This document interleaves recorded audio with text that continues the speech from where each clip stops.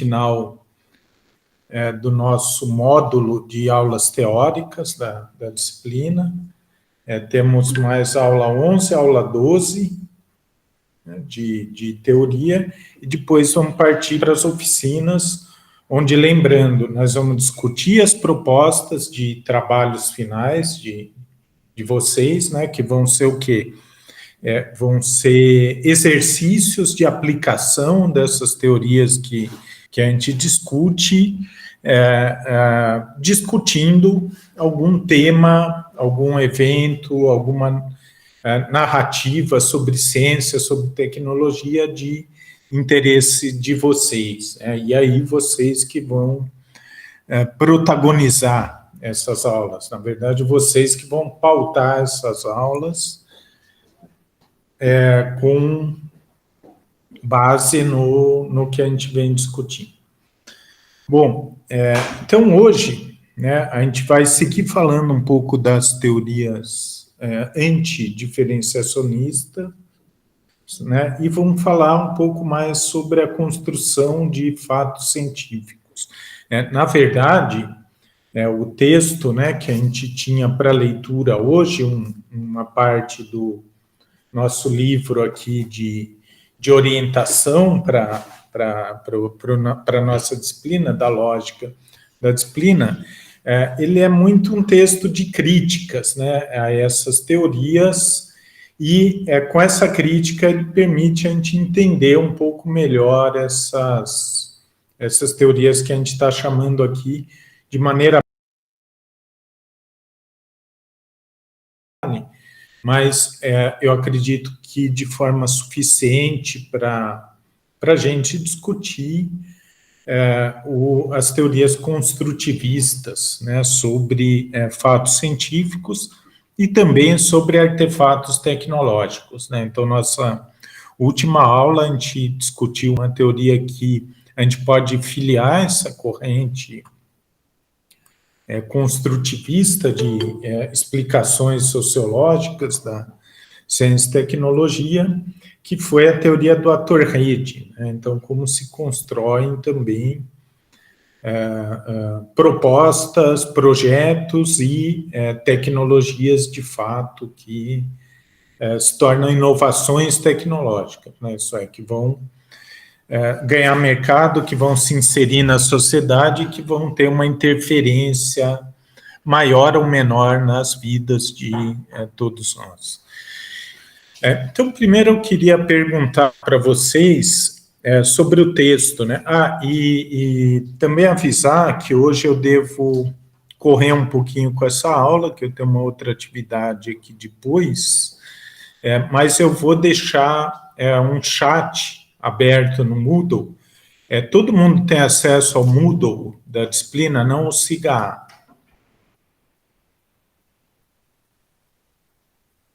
Vocês têm acesso? Os presentes aqui.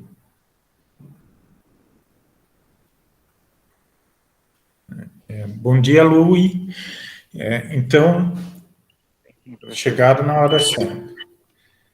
Bom dia, Ellen. Então, vou pedir para vocês já abrirem ali o Moodle.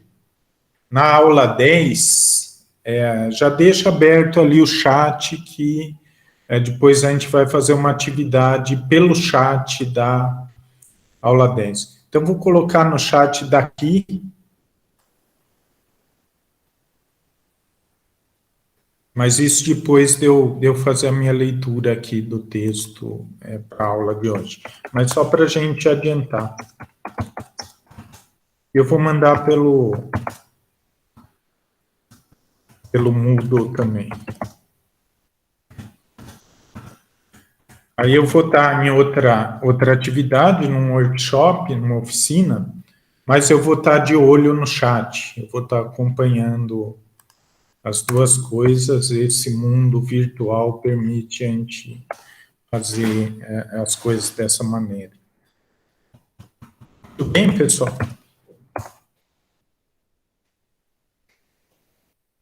Então, vamos lá. Então, a construção de fatos científicos. Eu coloquei aqui no quadro uma figurinha que é bem a ideia da aula de hoje. Então, na verdade, é uma contraposição dessas duas figuras.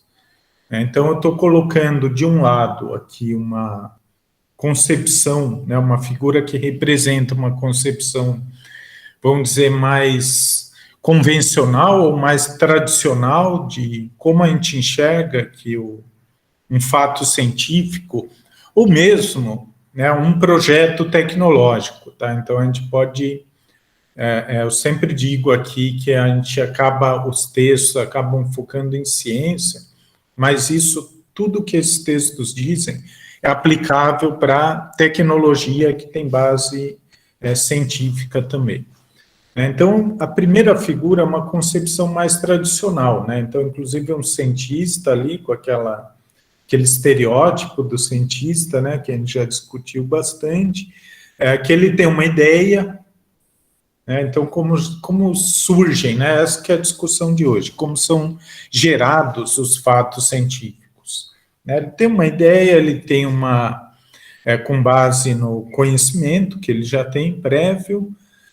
Então, essa figurinha aqui dele com uma lâmpadazinha na cabeça, ele testa essa ideia, ele faz experimentos, ou seja, ele observa a natureza, ele busca referências, ele busca conhecimento sobre aquilo em outros autores, e com base nisso é que ele vai produzir um fato científico ou tecnológico, uma afirmação científica, um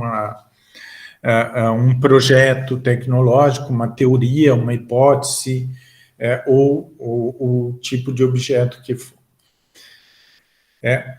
Eu coloquei essa outra figura, né, que inclusive é uma figura, é uma foto, né, para justamente contrastar a visão construtivista, que eu acredito que ela seja mais realista, né, desse processo de construção de fatos científicos. Então, o que essa figura ela mostra? Né? Que existe todo um conjunto de práticas, de relacionamentos, que inclui relações de poder, relações com a própria sociedade, com o governo, questões de prestígio, questões de conveniência mesmo na produção de ciência, que é o que de fato vão produzir esses fatos científicos, né, que a gente normalmente pensa que eles são produzidos assim de uma forma quase mágica, né, a partir da observação da natureza. Não, é o que eles vão chamar, né, de uma série de microtranscendências, né, de operações, de relacionamentos que vão gerar esses fatos científicos dentro de um determinado contexto social. Então, é isso que eu quis dizer com essas duas figuras, e é esse que vai ser o assunto da nossa discussão hoje. Tudo bem? Agora, eu queria perguntar para vocês se tudo bem com o texto, tiveram alguma dúvida, alguma questão. Então, depois, né, no chat dessa aula também, a gente vai testar isso também. Vocês podem mandar dúvidas, não só sobre a atividade em si, que eu vou explicar no final aqui da aula, mas também vocês podem me enviar questões sobre o texto, sobre a minha exposição aqui agora, sobre a minha leitura do texto. Então, vamos ver se essa ferramenta do chat, que eu vou manter aberta agora no horário de aula, se ela funciona para isso. Beleza? Tudo bem?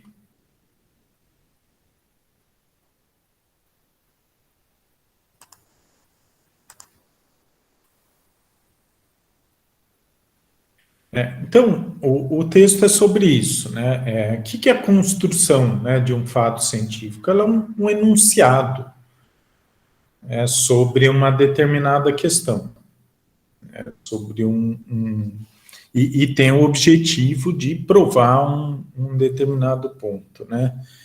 Então, o texto ele faz justamente isso, né? Ele revisa, ele mostra esses trabalhos construtivistas, né, que ele vai falar que estão vinculados, se não diretamente, indiretamente, aquelas ideias do programa Forte, da sociologia da ciência e tecnologia, que diz o quê? Que toda a construção de fato científico e de artefato tecnológico, ela vai ter um componente social na sua elaboração, né? Então, esses enunciados, eles não são construídos de forma isolada, né? Então, existem tantas relações sociais dentro da próprio universo da ciência, como as relações com a sociedade de uma forma mais ampla.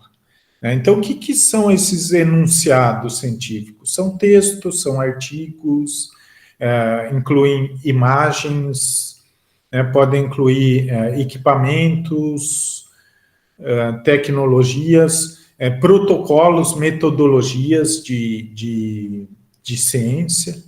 Então, eles, de certa forma, são um sumário, um resumo, né, de tudo que é necessário para convencer, né, tanto e principalmente um determinado grupo de cientistas, né, de uma disciplina ou de um tema dentro de uma disciplina, de uma área de pesquisa, sobre uma ideia científica, sobre uma teoria, uma convicção científica, né? Então, isso tudo está condensado nisso que eles chamam de enunciados científicos, que também, né, circulam na sociedade. Então, o texto que a gente vai ler hoje para fazer nosso exercício de aplicação dessa teoria, que é sobre a discussão em torno da Coronavac, na verdade é um texto do ano passado, né, quando isso estava, quando essa discussão estava muito forte, né, na sociedade, também circulam na sociedade, e aí vai ter uma relação de, vamos dizer, de retroalimentação, né, entre o que a sociedade pensa do enunciado e o que o enunciado, qual o rumo que o enunciado vai se escorar, né, para se manter em pé. Então, a gente vai ver que isso fica bem claro naquele texto do Dimas Covas, que inclusive ele é um cientista, né, mas ele está, na verdade, escorando as teorias dele sobre a Coronavac. E aí, a questão que esses autores colocam, né, é se o material, o único material, né, que os cientistas eles utilizam para construir esses enunciados a realidade, né, é a realidade empírica, o mundo exterior, é a observação. Essa questão eles vão dizer que não. Eles vão dizer que essa observação, além de ser determinada por pontos de vista, ela vai passar por toda uma operação, uma série de operações que geram essas enunciações, que seguem alguns protocolos, algumas metodologias, e que vai dar a direção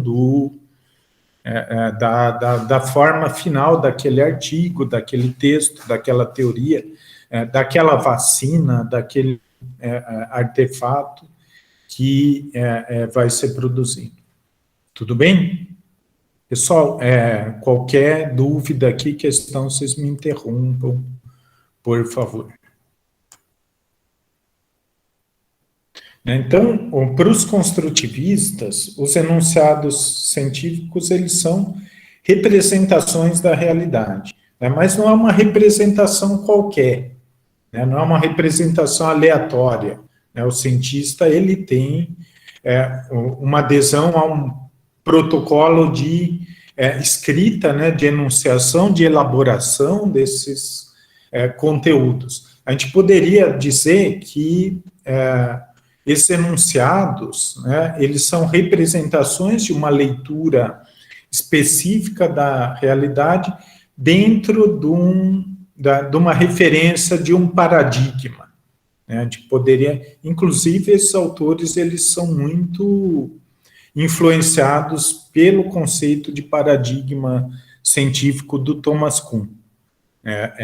Principalmente a parte em que ele diz que toda representação, né, todo fato científico de um determinado fenômeno da natureza ou da sociedade, ele vai estar referenciado num quadro paradigmático, num conjunto de noções, de limites, vamos dizer, do que é aceitável, de metodologias, só que os construtivistas vão além do Thomas Kuhn, porque o Thomas Kuhn ele ainda está dentro ali das questões das comunidades científicas. Os construtivistas eles vão além e vão dizer que existem questões não científicas que orientam esses protocolos dentro das comunidades científicas e que também existem relações com a sociedade,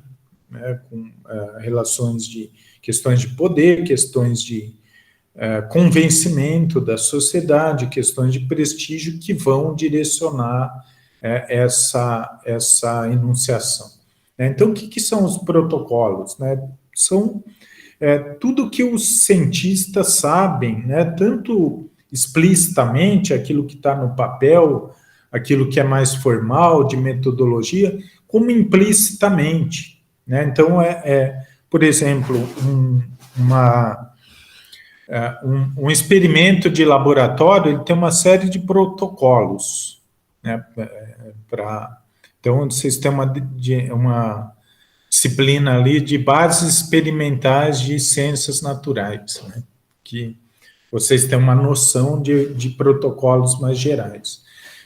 Mas isso não é simplesmente um conhecimento formalizado, né? Então, cada área ela vai ter um conhecimento, vamos dizer, tácito, né? Que é difícil, inclusive, de formalizar, que é um conhecimento que é baseado muito mais na experiência e no tempo e na relação com outros cientistas, que vai guiar essa prática, e que vai ser determinante dos conteúdos produzidos pela ciência.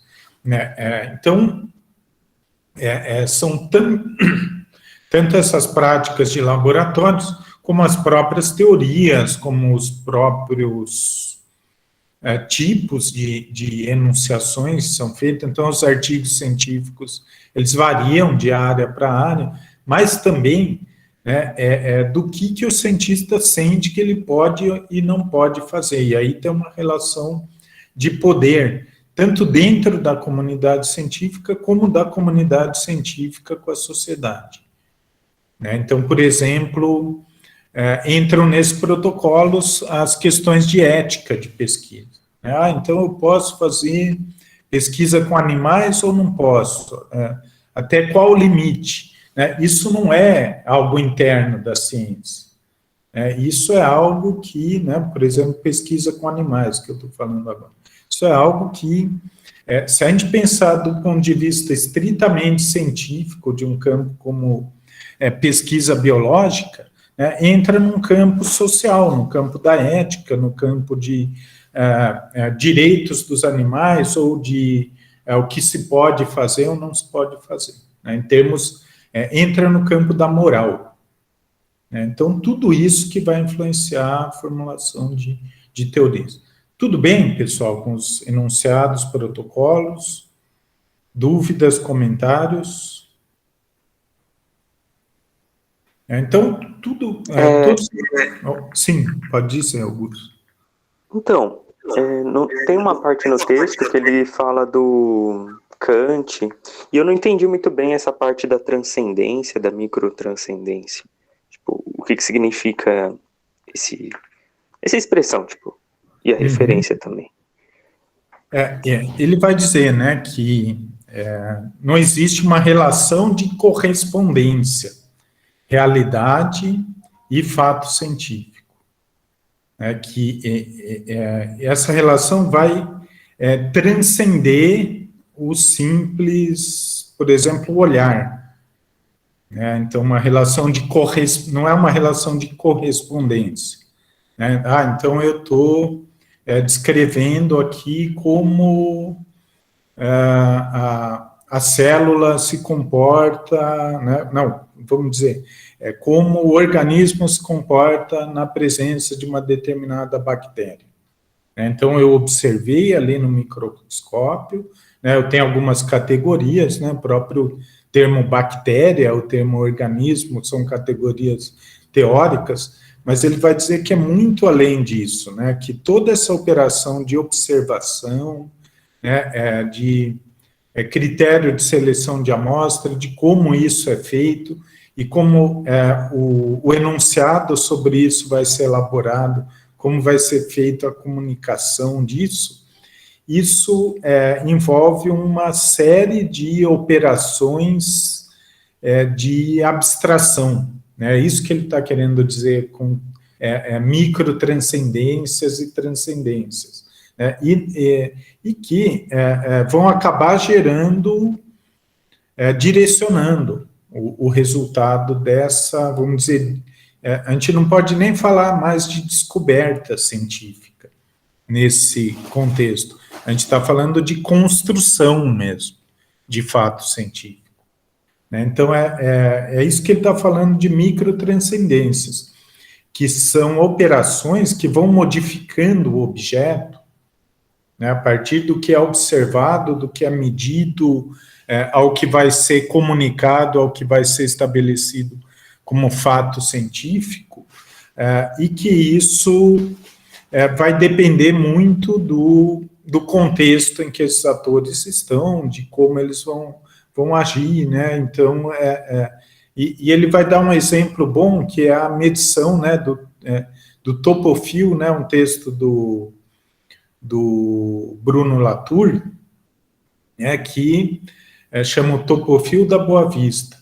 Então, ele vai comparar, né, os experimentos de botânicos e de pedólogos, né, sobre a floresta, né, e um grupo vai concluir que a floresta está avançando, outro grupo vai concluir que a floresta está recuando.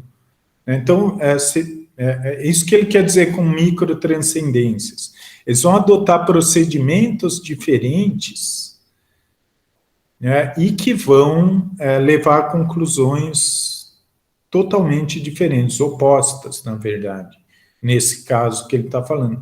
E, de certa forma, isso explica uma série de controvérsias científicas. A gente pode explicar por esse percurso da elaboração dos enunciados. Tudo bem, Augusto? Tudo certo, tudo certo. Consegui entender. E aí eu acho que fica mais claro com esse exemplo, né? Então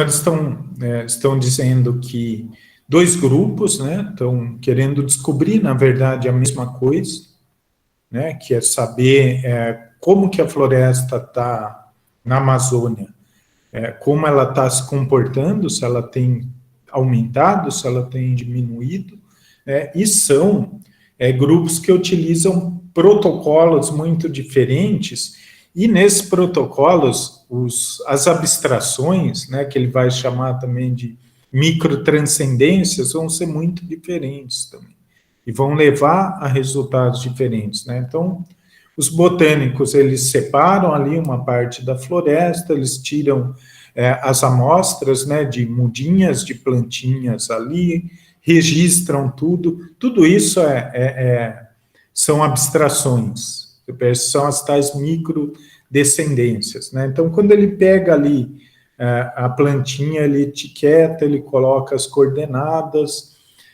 ele observa, ele coloca tudo no laboratório ali, as amostras, ele está fazendo uma série de operações que são as tais microtranscendências, né, e vai concluir que a floresta está avançando, que não está tendo uma savanização, vamos dizer, uma desertificação da floresta. Porque, né, isso é impossível de se observar, né, por exemplo, com um olhar, né, em pé na floresta. Você está na floresta, você vai ver um mundo de árvores em volta. Agora, já os pedólogos, né, que são aqueles cientistas que focam os experimentos com solos, eles vão fazer microtranscendências diferentes, né? Então, eles vão recortar ali os pedacinhos de solo, eles vão medir o que eles estão recolhendo de amostra com aquele aparelhinho que chama topofil, né, um aparelho topográfico, vão coletar essas amostras, vão comparar e vão ter conclusões completamente diferentes, né, de que a floresta está recuando. Então, vocês percebem que os protocolos vão ser determinantes do fato científico, né? O fato científico é esse: a floresta está avançando ou a floresta está recuando. E que isso tem muito dessa construção, desse percurso que os cientistas percorrem para fazer essas análises. E aí me ocorreu aqui, né, qual que seria um terceiro tipo, né, que está sendo muito comentado aqui, né, por exemplo, o caso do INPE, né, com que eu poderia tentar chegar em outro fato científico, né, eu poderia usar um outro protocolo. O que o INPE faz, Instituto Nacional de Pesquisas Espaciais?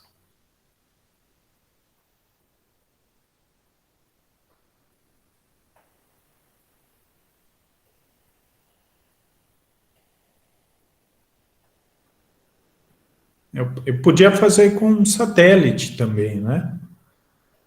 Então, imagens de satélite. Mas mesmo aí, né, no ano passado, a discussão sobre as imagens do INPE, sobre desmatamento e tal, tinha uma discussão de metodologias também, de imagens de satélite, né? Então, me lembro que o governo brasileiro ia contratar, não sei se chegou a contratar, um outro sistema para fazer imagens de monitoramento por satélite de queimadas da floresta. Mas poderia ser sobre a expansão ou não da floresta. E aí tem muito da sociedade interferindo, né, nessa discussão do INPE. Por quê? Porque tem uma discussão política por trás. Tem uma discussão sobre padrão de uso e ocupação da terra, tem uma discussão geopolítica internacional, né? E só que você vai ter protocolos ali de pesquisa e que são metodologicamente verificáveis, né? Não é algo que simplesmente é elaborado à vontade por qualquer pessoa. São pessoas que têm autoridade científica, que têm um nome científico a zelar, que publicam em revistas, em livros, em espaços que têm revisão por pares científicos, mas eles simplesmente estão fazendo microtranscendências diferentes, ou seja, protocolos diferentes, e estão chegando a conclusões diferentes. Esse caso do INPE, ele é muito bom, né? Essa disputa entre formas de medir as queimadas na floresta. Porque não a gente pode pensar que é simplesmente olhar as fotos ali, mas não, tem um conjunto de metodologias, de procedimentos ali que vão ser determinantes do resultado. Tudo bem, pessoal? Ficou mais claro que essa ideia é importante das microtranscendências e das operações de construção do fato científico. É isso que eles estão dizendo, é uma construção. E a construção ela vai ter trajetórias que podem ser diferentes.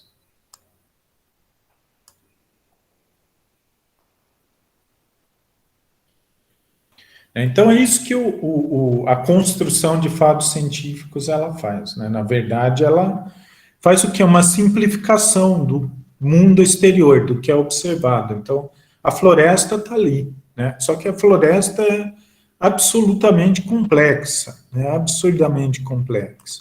Então, o que é o fato científico? É uma sinopse de uma série de operações para tentar entender aquele objeto. Né? E essas operações, né, essas microtranscendências, que são todas essas pequenas ações dos cientistas. E isso é muito observado nos estudos de laboratório. Né? Essas operações, elas sempre levam para uma escrita de enunciados científicos. Em textos, né, palavras, que incluem diagramas, fotos, imagens, tabelas, gráficos, tudo aquilo são enunciados que são simplificações da realidade construídos a partir dessas operações. Né? Então, todos os artigos, teses, livros que são a substância, né, da ciência contemporânea, elas são baseadas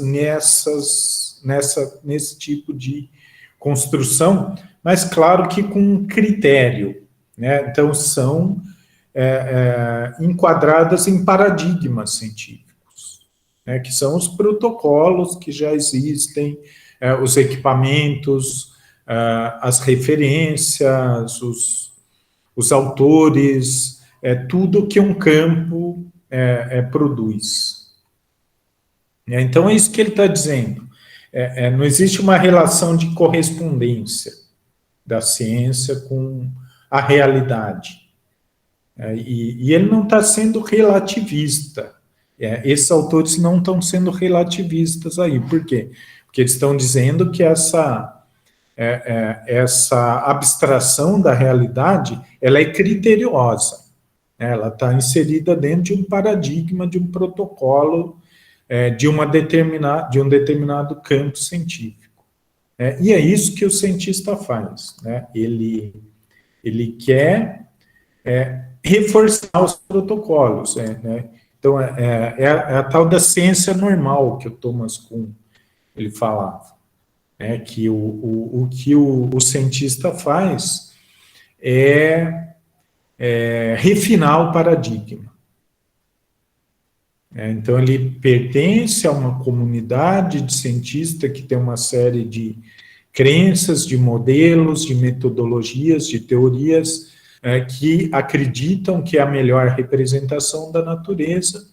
E o que é o trabalho dele? Né? Toda a experimentação que depois vira a escrita de textos ou a elaboração de imagens, ou uma série e toda essa série de operações. Estabilizar o protocolo ao qual ele pertence.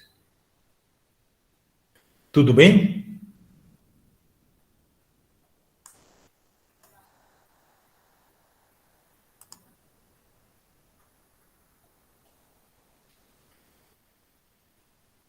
Então, ele vai dizer que os enunciados, né, eles vão ter uma maior ou menor,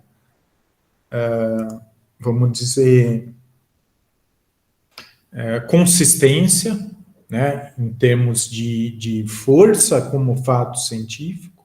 Né? Então, ele vai dizer que existem 5 tipos de enunciados. Né? Então, especulações mais gerais, né, que dizem o que pode ser investigado, na verdade, o que pode ser investigado no futuro, né, o que seria desejável. Então, isso muitas vezes aparece nas partes finais de trabalhos científicos, né? Então, é um trabalho que, né, ele reforça ali uma determinada teoria, ele diz tal fenômeno pode ainda ser explorado para trazer explicações, mas não existe ainda muita certeza nem muita segurança para se trabalhar com esse fenômeno. E aí ele vai dizendo que os enunciados eles vão crescendo num nível de certeza, né? Então ele fala que vai de artefatos até fatos, né? Então, de especulações, você pode formular hipóteses mais consistentes, né, que já podem ser testadas dentro ali dos limites dos protocolos. Essas hipóteses, elas podem elas geram experimentos, né? E aí você passa para o nível de um experimento que foi realizado, e aí ele pode se tornar um enunciado, né? Então, o experimento ele vai ser formalizado, por exemplo, em um texto, né? O outro nível, né, a partir desse resultado do experimento, que é um enunciado a ser construído. É um enunciado, uma teoria que é explícita, né, e que é aceita pelo grupo, né? Então, esse é o fato científico, né? Então, eu fiz ali, né? Então, vamos pensar, por exemplo, em algo como as vacinas né? Então, estão testando aí uma série de vacinas novas, né? Então, você tem ali uma especulação de que é possível fazer uma vacina de uma planta, né? Com base em né, alguma intuição, na verdade, sobre aquilo. Então, estou no nível 1. Né? Aí eu estou no nível 2 quando eu tenho ali eu conheço o princípio ativo que pode ser que gere uma vacina, né, e que eu posso fazer um experimento com aquilo. Né. Aí, nível 3, né, eu tenho aquele princípio ativo isolado e eu tenho um desenho de um experimento para fazer isso. Né. E se esse experimento ele dá certo, né, se eu faço ali todos os testes, tudo que é necessário, aí eu vou ter um enunciado, eu vou dizer, olha, eu posso fazer a vacina da planta tal, isolando tal princípio ativo, tal componente dessa planta, que isso gera uma vacina. E o quinto, né, o quinto nível do enunciado são os fatos, né? Então, algo que é indiscutível, né? Algo que se incorpora ao que é considerado um fato estabelecido da ciência, né? Que não precisa ser, inclusive, não é muito, é um pressuposto quase, de novos enunciados que são melhorias desse protocolo. Tudo bem, pessoal, com essa, vamos dizer, escala de enunciados científicos? Então, o que o cientista ele quer fazer, né, quando ele tem uma ideia? Né? Ele quer transformar, né, principalmente as hipóteses, né, em enunciados, né, em fatos, em enunciados aceitos, né, que vão depois se tornar fatos. Ficou claro essa, né? Eu acho bem interessante isso, por quê? Porque é nesse percurso que vão acontecer toda a série de operações, de experimentos, de relações de poder, de relações com a própria sociedade. Né? Então, nesse caso de vacinas, a gente vai ver que isso, né, a relação com a sociedade, ela muito acentuada. Né? Eu estou dando esse exemplo, inclusive porque a gente vai discutir no chat no final da aula.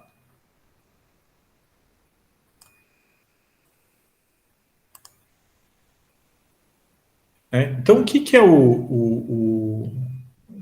a construção do fato científico, né? Em essência, o que é ciência, né? É uma luta de argumentos para esses autores. Como eu estava dizendo, não é um argumento simplesmente aleatório. Então, não dá para dizer, eu acho que a Terra é plana porque, né, eu escutei uma voz na minha cabeça dizer que a Terra é plana. É necessário ter uma visão da realidade, uma metodologia de captação da realidade, instrumentos, né, que são os protocolos que vão basear essa argumentação, né? Mas o que não existe, né, e aí eu concordo com os construtivistas, né, é esse realismo, né, é um pouco, ou essa visão de que existe uma correspondência entre o real e a teoria, que é baseado, por exemplo, simplesmente na observação ou na medição, né, que é a tal da objetividade científica, né? Então, o que existe, né, é uma construção a partir do próprio método de observação, que já é uma transcendência, né? Então, se eu estou observando o universo com um telescópio eletrônico, por exemplo, eu já estou ali abstraindo a realidade. Então, eu já estou fazendo, de começo, uma transcendência, né? Por isso que ele fala transcendência, que é essa operação de abstrair. Então, o que constrói a validade de um enunciado científico? Se ele segue as práticas, ele segue os protocolos, se ele está adequado às regras do paradigma.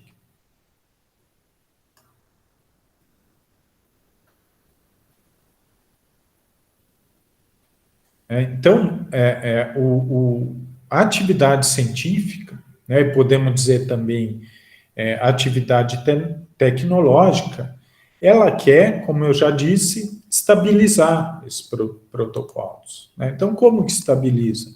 Melhorar os experimentos, né? Então, por exemplo, construir instrumentação mais precisa, instrumentação, né? Então, por exemplo, microscópios, né, mais poderosos que permitam enxergar mais, né, ou mesmo métodos de experimento mais confiáveis, mais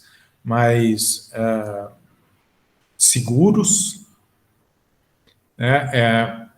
O cientista também, ele faz todo um trabalho do que já foi feito no campo em que ele trabalha.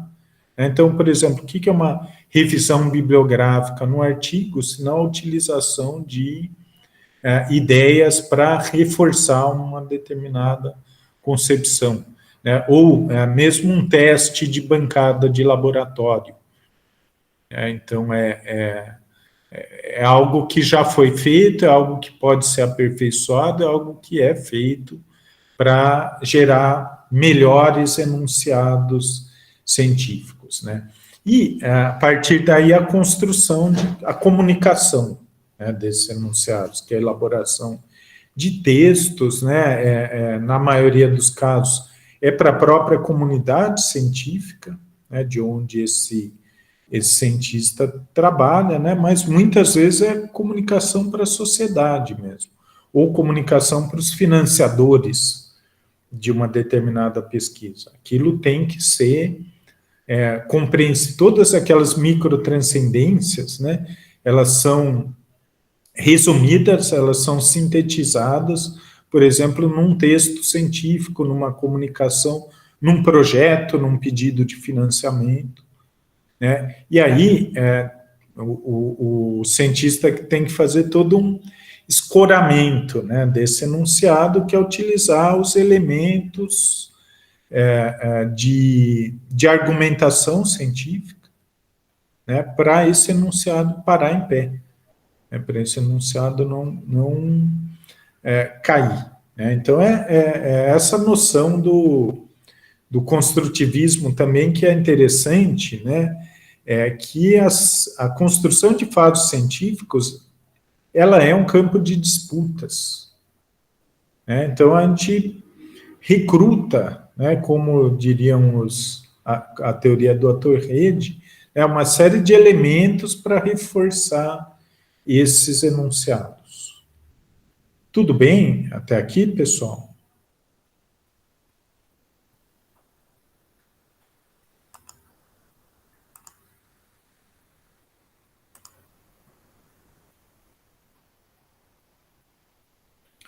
E aí, eles vão além um pouco, né? Porque, de certa forma, a gente está aqui dentro do campo científico, vamos dizer assim. Essa competição, né, que muitas vezes se nega os protocolos que estão competindo por uma determinada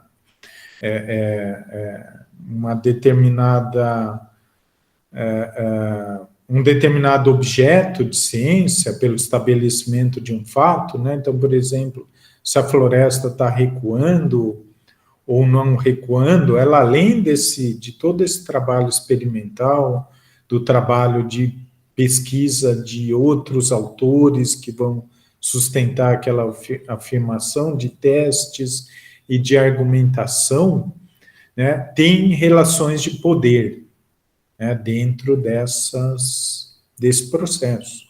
Então, as instituições científicas, elas têm todo um sistema de certificação, de titulação, de premiações, de financiamentos, que acabam reforçando grupos. Então, tem aquela história de que aqueles grupos que têm mais recursos, eles tendem a produzir melhores protocolos, melhores enunciados e conseguir mais recursos. Então, tem uma relação de poder.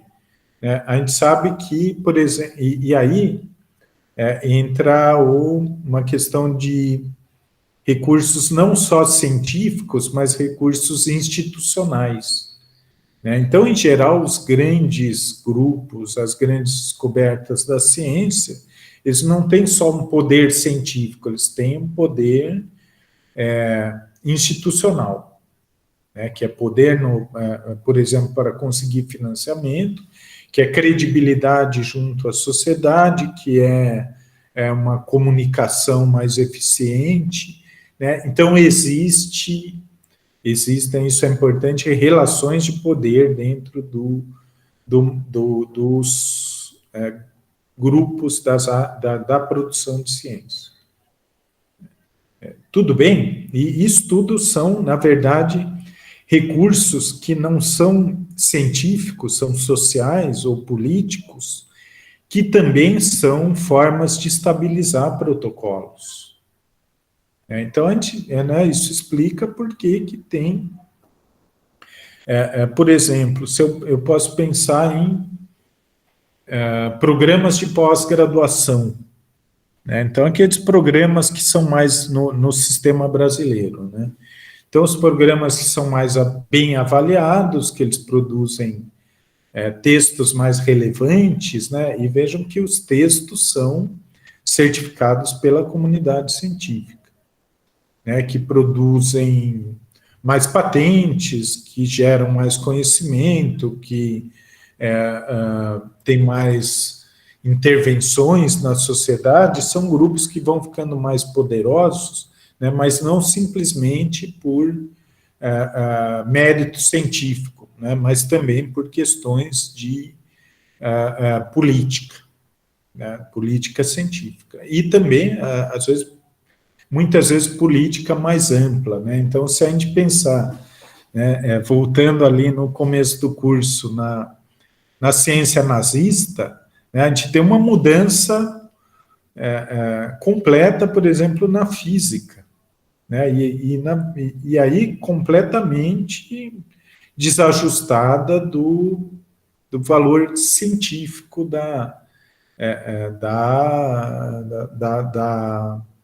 dos critérios científicos, né? Então, no caso da ciência nazista, é a política prevalecendo sobre o critério científico, né? Mas que, por outro lado, a partir do momento em que cientistas começam a fazer ciência, né, mesmo que com uma orientação ideológica, mas eles têm recursos para isso, eles têm laboratórios, eles têm gente, eles têm dinheiro, eles geram resultados, eles geram fatos científicos, né, mesmo que ideologicamente enviesados. Então, eu acho interessante essa teoria, né, para a gente entender um pouco além, né, da lógica científica, como os fatos científicos são produzidos e principalmente como as verdades científicas são produzidas, né, ou como um fato científico prevalece e outro é refutado, né? Não é simplesmente uma questão de lógica e de consistência científica, tem muito de relações de poder dentro da comunidade científica e da comunidade científica com a sociedade. Tudo bem? Comentários, dúvidas?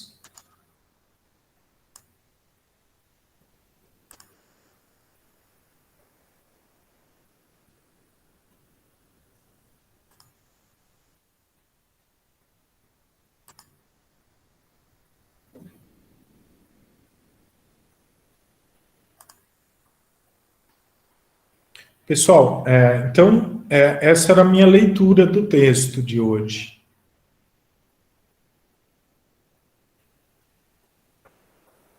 Alguma questão, algum comentário aqui ao vivo?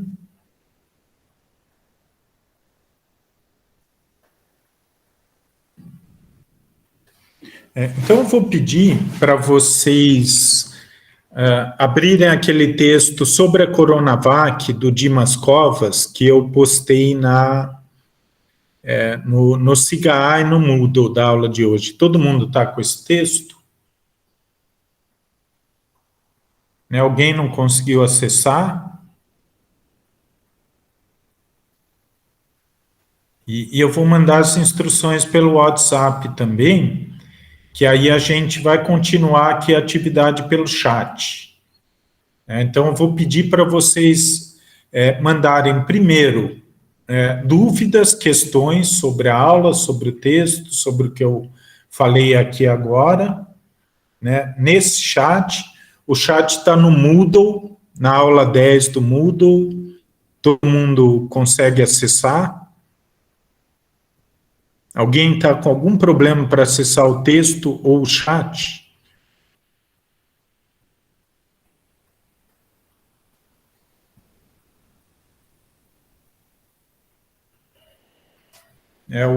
Então me fala aqui, ou me envia pelo WhatsApp, que eu vou, daqui a pouco eu vou fechar a sala aqui, e a gente vai ficar só pelo chat. Tudo bem, pessoal? Tranquilo para fazer atividade no chat? Então, a ideia do chat é o quê? Com base nessas ideias, né, das teorias dos autores antidiferenciacionistas construtivistas, que é o que a gente discutiu hoje. Se a natureza não existe, né, e eu gosto desse trecho, né, posto que a natureza não existe, a não ser através de dispositivos que a fazem falar com uma voz que não é uma, né, ou seja, as microtranscendências. Então, a natureza, ela é lida por essas microtranscendências e o que ela fala pode ser muito diferente. A floresta avança ou a floresta recua. Então, as microtranscendências vão fazer essa operação. A definição da validade científica, simplesmente como adequação à realidade empírica, não é mais aceitável. Então, eu elaborei aqui uma série de questões, né, para a gente pensar sobre o texto do Dimas Covas e a questão da vacina Coronavac naquele contexto desse texto aqui, que era na verdade é um texto desse ano, né, de julho desse ano, começo de julho, eu elaborei algumas questões com base na teoria, né, e lembrando, né, que esse tipo de questão, ele é a cara do trabalho final, né, então poderia fazer um trabalho final sobre as controvérsias, né, ou as não controvérsias, ou ciência versus pseudociência, no caso da Coronavac. Então, nós vamos fazer essa discussão com base nas teorias construtivistas, antidiferenciacionistas de ciência e tecnologia. E aí eu poderia fazer esse texto, né, a partir do caso, utilizando os conceitos teóricos. Né, se fica claro isso, então eu posso utilizar o conceito de protocolo, né, e dizer quais que são os protocolos, né, que validam, né, o enunciado científico a favor da vacina, e quais que são os protocolos que tentam invalidar esse enunciado. Porque, como o texto mostra, existiam cientistas, né, não é só a pseudociência que estava contra a vacina, né, existiam argumentos científicos. Né, então, seria um exemplo de aplicação, com base nessa primeira pergunta. Né. E aí, uma discussão, né, da própria teoria, né, que seria aqui a segunda questão. A gente pode concordar com os autores construtivistas, que a ciência faz a natureza falar com uma voz que não é uma, ou, no caso da vacina, a coisa é muito objetiva, né, e é difícil de se contestar. Então, essa que é a ideia da discussão do caso, né, da vacina com base na teoria. E uma pergunta com outro conceito, né, que poderia estar no texto também, em que nível que está esse enunciado sobre a Coronavac? Ele está no nível 4, ele está no nível 5, ou ele está no nível 3, ele ainda é uma hipótese. Então, a teoria, vocês percebem que a teoria permite a gente pensar com termos teóricos, né, eu costumo dizer com a lente da teoria sobre essas questões. Então, essa que é a ideia dos trabalhos finais, e essa que é a ideia dessa atividade de hoje no chat. Tudo bem, pessoal? Então, vou interromper a gravação aqui.